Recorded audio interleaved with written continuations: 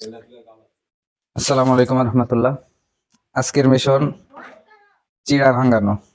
তো যেহেতু চিড়া ভাঙাবো সেহেতু পুরো প্রসেসটা আপনাদের দেখানোর চেষ্টা করবো আজকে কিভাবে চিড়া ভাঙতে হয়। গতকাল রাতে এগুলা আমরা ধানকে ভিজিয়ে রাখছিলাম। মেশিনে দেওয়ার আগে একদিন ভিজিয়ে রাখতে হয়, তাহলে চিড়াটা ভালো হয়। এই কারণে একদিন ভিজিয়ে রাখছিলাম ধান, মোটামুটি ভিজে গিয়েছে।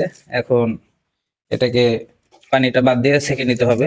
সেঁকে নেওয়ার পর আমরা নিয়ে যাবো মেশিনে। তো এখন ছাঁকার কাজটা শুরু করি। পানিটা পুরো বাদ দিতে হবে।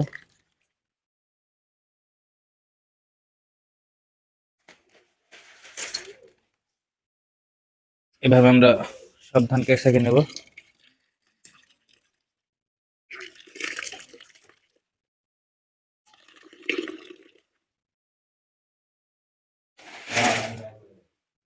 হ্যাঁ,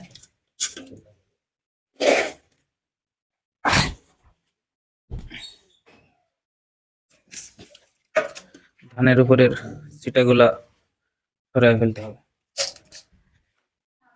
পানিকে পুরোপুরি ঝরানোর জন্য এই ধানগুলোকে আবার একটা শপের মধ্যে ঢাললাম, যাতে একটু পানি না থাকে, সব পানি এখান থেকে ঝরে যাবে। আর নেক্সট স্টেপ দেখার জন্য সঙ্গে থাকুন, আশা করি ভিডিওটা অনেক ভালো লাগবে আপনাদের। তো এভাবে আমরা পানিকে ঝরিয়ে নেব। দেন আমি গাড়িতে ধানগুলো বেঁধে নিলাম। এখন যাওয়ার উদ্দেশ্যে রওনা হব। এখন চলে আসলাম, অলরেডি মিলে চলে আসছি। এসে দেখি অনেক এখানে ভিড়। আর এখানে প্রথম অবস্থায় আমাকে সিরিয়াল নিতে হবে। এখন আমি সিরিয়াল নেব। দেখেন সিরিয়াল নিচ্ছে। আমার মোট 20 কেজি ধান ছিল, 160 টাকা বলছে। একটু আপনাদের ভালোভাবে দেখানোর চেষ্টা করি, যে দেখেন 160 টাকা 20 কেজি। এখন যেহেতু বন্ধ আছে, বন্ধ অবস্থায় একটু দেখানোর চেষ্টা করতেছি আপনাদের। এখানে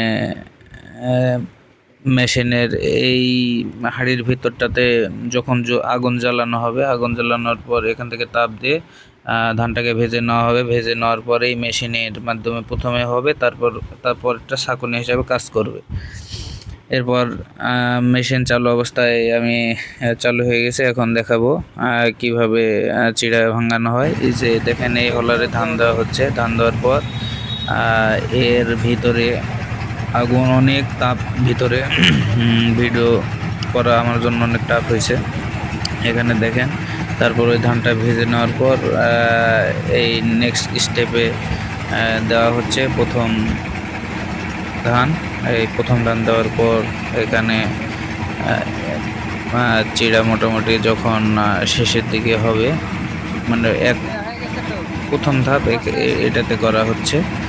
আর দ্বিতীয় এরপরে যেটা করা হবে, এখান থেকে দ্বিতীয় ধাপে এই পাশে নিয়ে আসা হবে। নিয়ে আসার পর এটাকে ছাঁকনি হিসাবেও কাজ করে। দেখা যাচ্ছে একবারে ফ্রেশ হয়ে যাবে, ফ্রেশ চিড়া এখান থেকেই বের হবে।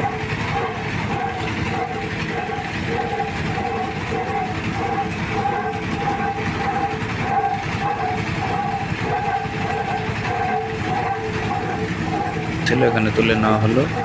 আর যে এখানে আপনার ধানটা আসতেছে, মানে এর ভিতর থেকে ধানটা ভাজার পর এখানে পড়তেছে। পড়ার পর দেখা যাচ্ছে এটাকে আবার প্রথম মেশিনে দেওয়া হচ্ছে।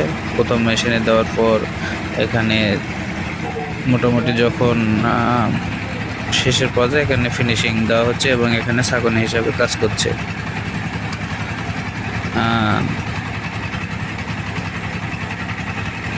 এই হলো অবস্থা। যাই হোক বন্ধুরা, এখানে অনেক গরম, প্রচুর গরম ছিল।